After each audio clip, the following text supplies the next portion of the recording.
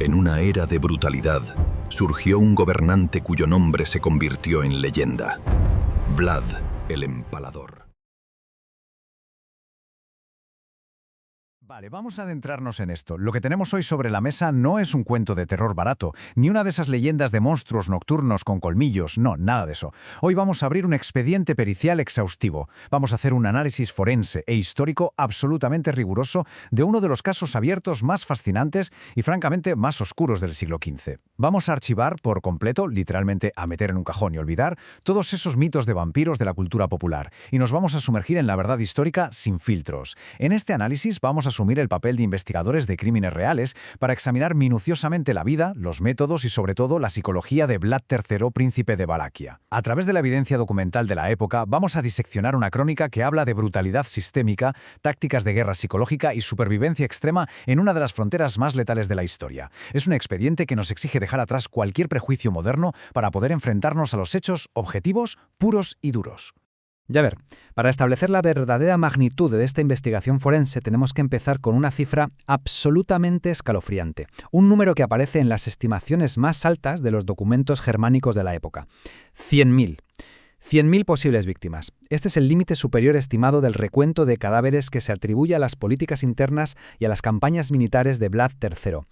Como investigadores, la primera pregunta que nos tiene que venir a la cabeza ante una escena del crimen de proporciones tan masivas es estructural. ¿Cómo demonios logró un príncipe regional que gobernaba un territorio relativamente pequeño y escasamente poblado en la periferia de Europa acumular un recuento de bajas tan asombroso y metódico? Bueno, para entender el crimen, primero tenemos que perfilar meticulosamente el entorno sociopolítico y la psique de nuestro principal sospechoso. Así que pasamos al acto primero, la atmósfera. Porque claro, no podemos analizar los actos de Vlad sin antes acordonar el contexto geográfico y social en el que operaba. A mediados del siglo XV, Valaquia no era precisamente un reino pacífico, era una auténtica olla a presión geopolítica, una tierra fronteriza brutal que servía de amortiguador y campo de batalla constante entre dos superpotencias en colisión frontal. Por un lado, la implacable expansión del Imperio Otomano subiendo por el sur y por otro, los reinos cristianos de Europa presionando desde el norte. Era una sociedad donde la traición no era la excepción, sino la norma política del día a día. Y es exactamente en este nido de víboras, en esta tensión fronteriza insoportable, donde la mente de nuestro sujeto principal fue forjada. Perfilemos el trauma psicológico de nuestro protagonista observando esta cronología. Vlad III nace a finales de 1431 en Sigizora. Sin embargo, el evento que define su perfil criminológico ocurre en 1442. Fijaos en esto, su propio padre, para asegurar su lealtad política, entrega a Vlad, que apenas tenía 11 años, junto a su hermano menor, como rehenes al mismísimo sultán otomano. Fueron mantenidos en cautiverio durante años en prisiones turcas, incluyendo el imponente castillo de Tokat. Durante esos años formativos tan cruciales, Vlad asimiló una educación basada puramente en el terror, la observación táctica y la supervivencia extrema. Pero el golpe de gracia a su psique, el verdadero detonante, ocurre en 1447. Mientras él sigue retenido, recibe la noticia de que la misma nobleza valaca a la que su familia gobernaba, los boyardos, han traicionado y asesinado a su padre. Y no solo eso, su hermano mayor fue torturado, cegado y enterrado vivo. Enterrado vivo. Este nivel de traición familiar instaló en Vlad una desconfianza absolutamente patológica hacia cualquier tipo de nobleza y una sed de venganza hiperracional que definiría su futuro modo de operar. Literalmente, el sistema creó al monstruo. Como peritos en este caso, es absolutamente imperativo que aclaremos la etimología de su infame nombre, porque la manipulación de la evidencia lingüística es fundamental para entender esta historia. El padre de Vlad fue investido en 1408 en la Orden del Dragón, una orden caballeresca cristiana dedicada en cuerpo y alma a defender Europa. Por ello, fue conocido oficialmente como Vlad Drácul. Su hijo, nuestro sujeto, heredó el nombre Draculea, que literalmente significa hijo del dragón. Sin embargo, y aquí viene el giro, debido a que en el folclore rumano la figura del dragón protector no existía como en Occidente, el término Drácul se asoció rápidamente con Satanás. Así que la ironía es brutal. Un título de máximo honor caballeresco europeo fue retorcido y traducido por sus enemigos lingüísticos para significar el hijo del diablo. Un apodo que, como veremos, resultaría invaluable para las campañas de difamación en su contra. Pasemos a examinar la materialidad del delito. Entramos en el acto segundo, los hechos. Aquí es donde tenemos que abandonar cualquier sensibilidad moderna y adoptar el lenguaje frío y clínico de un informe forense de la época. No estamos evaluando un asesino en serie desorganizado que actúa por impulsos ciegos. Las fuentes primarias describen un escenario del crimen a nivel nacional, ejecutado con una precisión quirúrgica, burocrática y sistemática. Vlad III no solo castigaba, él escenificara el castigo como un mensaje de disuasión estatal clarísimo. Al interrogar la evidencia física de sus políticas domésticas encontramos un catálogo de atrocidades milimétricamente calculadas. Los informes detallan que los cadáveres eran dispuestos en intrincados patrones geométricos, creando anillos concéntricos alrededor de su capital. Las longitudes de las estacas estaban calibradas exactamente según el rango social del ejecutado, convirtiendo el paisaje en una macabra taxonomía forense. Consideremos, por ejemplo, los crímenes menores bajo su código penal de tolerancia cero. Hay un informe sobre un comerciante extranjero que reportó haber perdido dinero de su carro. Vlad repuso en secreto una moneda extra. Cuando el comerciante reportó honestamente esa moneda adicional, Vlad le informó de que su honestidad le acababa de salvar la vida. Por otro lado, la pereza y la falta de higiene eran castigadas con mutilaciones extremas. Otra evidencia de los archivos narra cómo invitó a cientos de vagabundos y enfermos a un gran banquete en un salón. Tras saciarlos de comida, ordenó a sus guardias bloquear todas las salidas y prendió fuego a la estructura, incinerando a todos bajo la escalofriante justificación estatal de erradicar la pobreza y evitar que fuesen una carga. Todo esto apunta a una implacable política de control demográfico a través del terror absoluto. Y esto ilustra brillantemente su capacidad para orquestar la venganza como un proyecto de obras públicas, algo inaudito en la criminología de la época. En 1459 centró su atención en los nobles boyardos responsables de asesinar a su familia. Vlad invitó a unas 500 familias nobles a un majestuoso banquete de Pascua. En medio de la festividad, inició un interrogatorio letal que dejó en evidencia la constante traición de estos nobles. Imaginad la escena. Sin previo aviso, las pesadas puertas de madera se cierran de golpe.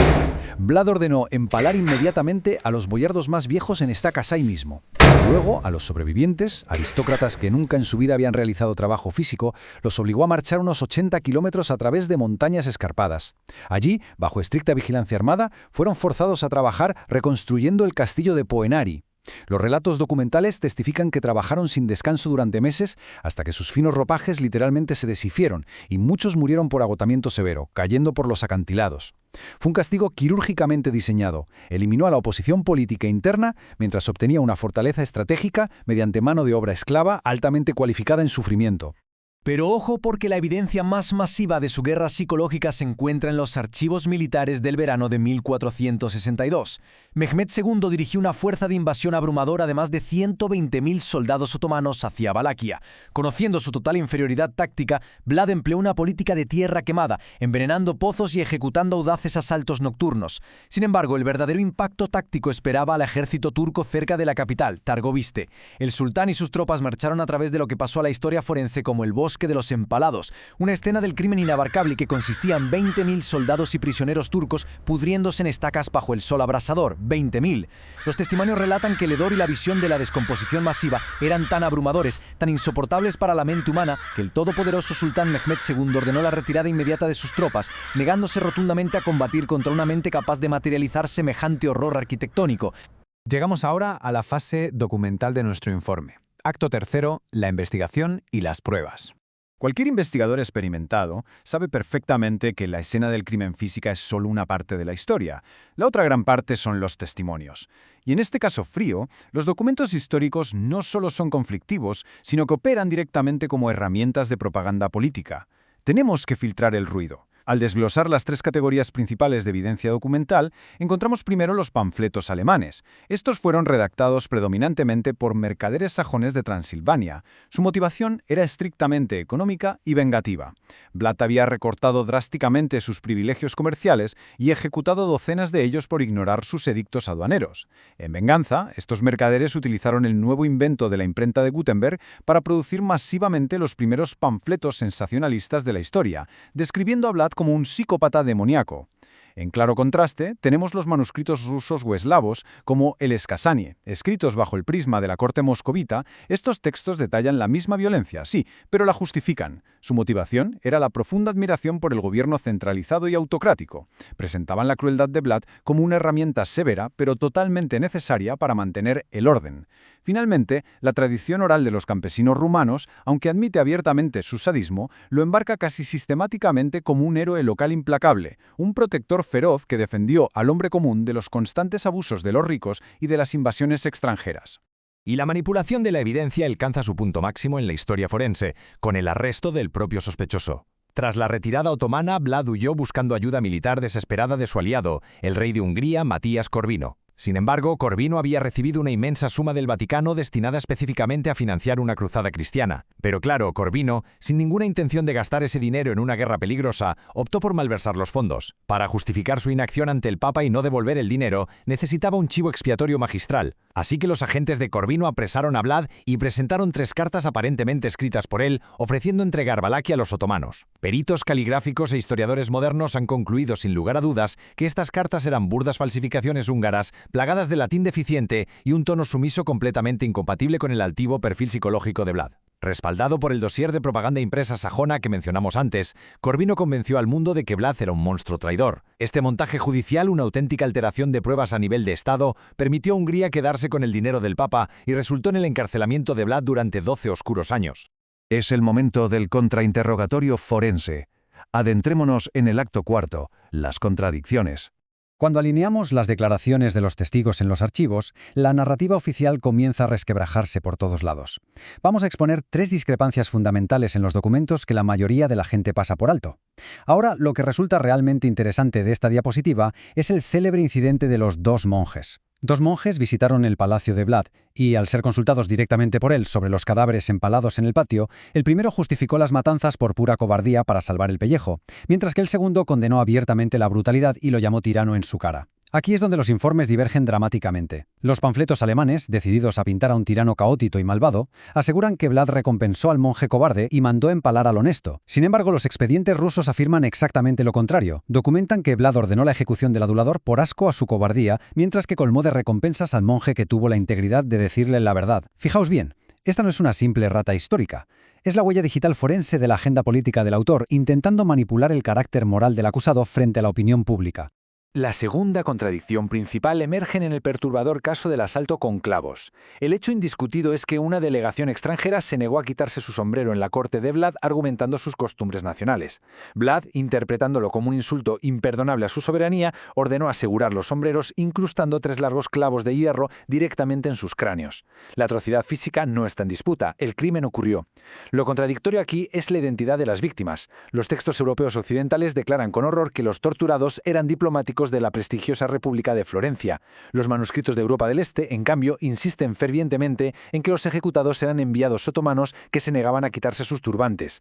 Es la misma escena del crimen, pero con perfiles de víctimas completamente distintos según la propaganda de quien financió el documento. Entonces, la gran pregunta es, ¿fue un crimen injustificable contra diplomáticos cristianos europeos? ¿Un acto militar de desafío contra el imperio invasor turco? Y esto nos lleva a la tercera y más profunda contradicción del expediente: el perfil psicológico forense de Vlad II. Los investigadores sajones de la época lo clasificaron como un sádico demente, un masoquista sanguinario que actuaba por puro placer derivado de una locura clínica incurable.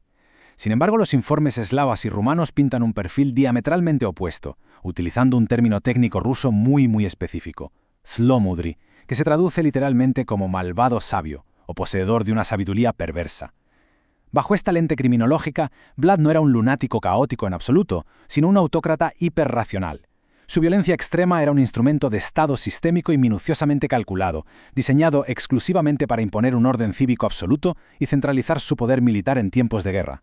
Y nada, absolutamente nada, resume mejor la eficacia de este perfil de sabiduría perversa que un experimento criminológico que ha sido corroborado en múltiples fuentes primarias. Para probar la sumisión total de su población a su código penal draconiano, Vlad ordenó colocar un pesado cáliz de oro macizo en el borde de la fuente principal de agua en el centro neurálgico de Targoviste, sin protección armada alguna.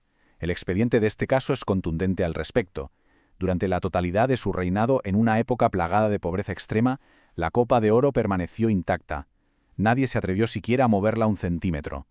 El miedo visceral, casi genético, al empalamiento había erradicado el robo de raíz. Era terror, sí, por supuesto, pero un terror funcional que había producido una tasa de criminalidad estadísticamente nula. Criminología estatal llevada a su extremo más absoluto. Abramos ahora la última carpeta de este inmenso archivo de investigación. Acto quinto. Legado y conclusión. A lo largo de este informe hemos analizado al hombre, los motivos sociopolíticos y la cruda materialidad de los crímenes. Pero debemos resolver el mayor encubrimiento forense de este caso: cómo un jefe militar táctico del siglo XV fue exhumado y reescrito siglos después, siendo reemplazado por la pura ficción. Entonces el punto crucial es cerrar la autopsia real de nuestro sujeto. Vlad III no es un ser inmortal. Tras pasar esos 12 años en prisión en Hungría, fue liberado e intentó recuperar su trono en el duro invierno de 1476. Los reportes del campo de batalla indican que fue emboscado y asesinado en combate. El cierre forense de su caso es directo y brutal, muy acorde a su vida. Su cuerpo fue decapitado en la misma escena por las fuerzas otomanas. Su cabeza cortada fue sumergida en un barril de miel para evitar la putrefacción durante el viaje y fue enviada a Constantinopla. Allí el sultán la empaló en lo alto de una estaca, exhibiéndola públicamente. Fue la prueba física definitiva, irrefutable, de que el señor empalador había sido neutralizado. Fin del registro biológico fáctico. El caso permaneció archivado, cogiendo polvo y casi olvidado durante más de 400 años, hasta el verano de 1890. Un autor irlandés llamado Bram Stoker pasaba sus vacaciones en Inglaterra. Mientras investigaba para una novela de terror gótico en la pequeña biblioteca local de Whitby, Stoker hojeó un oscuro libro de historia de un tal William Wilkinson. Su villano original iba a ser un noble austriaco llamado Conde Vampire. Pero en esas páginas tropezó con una nota al pie sobre un antiguo voivoda llamado Drácula, un nombre que el autor confundió puramente con la traducción de El Diablo. Fascinado por cómo sonaba el nombre, Stoker tachó Conde Vampire, lo reemplazó con Conde Drácula y movió la ubicación de su novela a Transilvania. Los registros literarios personales de Stoker demuestran de manera concluyente que nunca conoció detalles reales sobre la vida de Vlad III, jamás mencionó sus métodos burocráticos ni los brutales empalamientos en la novela, y construyó la fisiología de su vampiro basándose en mitos de folclore europeo completamente ajenos a la verdadera figura histórica. Pasemos a ver cómo esto construye el mito moderno. La evidencia documental demuestra claramente que el caudillo Vlad Tepes y el mítico conde Drácula no tienen absolutamente ninguna conexión real. Fueron fusionados, no por la historia, ni siquiera por el propio Bram Stoker, sino por la sedienta industria del entretenimiento del siglo XX. Autores de superventas y producciones cinematográficas de Hollywood encontraron increíblemente lucrativo injertar retroactivamente los colmillos del vampiro sobre los crímenes reales del príncipe de Valaquia. Construyeron una quimera pseudohistórica, sacrificando toda la rigurosidad forense en el altar de la cultura pop para crear el mito indiscutido que domina el imaginario colectivo actual. Y con toda la evidencia ya presentada sobre la mesa, el expediente se cierra. Se ha expuesto la brutal violencia sistemática de las escenas del crimen, la profunda desesperación geopolítica fronteriza de la época, la falsificación de evidencias de Estado y los panfletos fabricados a medida para destruir su reputación. Vlad III fue indudablemente el producto letal de una era aterradora, un hombre implacable que ejecutó una ingeniería del terror a escala masiva. Pero la pregunta perturbadora que debe quedar registrada de forma permanente en los anales criminales tras repasar estos documentos es esta. ¿Estamos ante el mero perfil de un sádico de mente insalvable o ante un príncipe brillante y acorralado que sufrió la primera gran campaña internacional de noticias falsas producida masivamente por la incipiente imprenta europea? Como en cualquier gran investigación histórica que se precie, la respuesta definitiva dependerá de qué testimonio se decida creer. El veredicto final queda, irrefutablemente, en manos de la historia.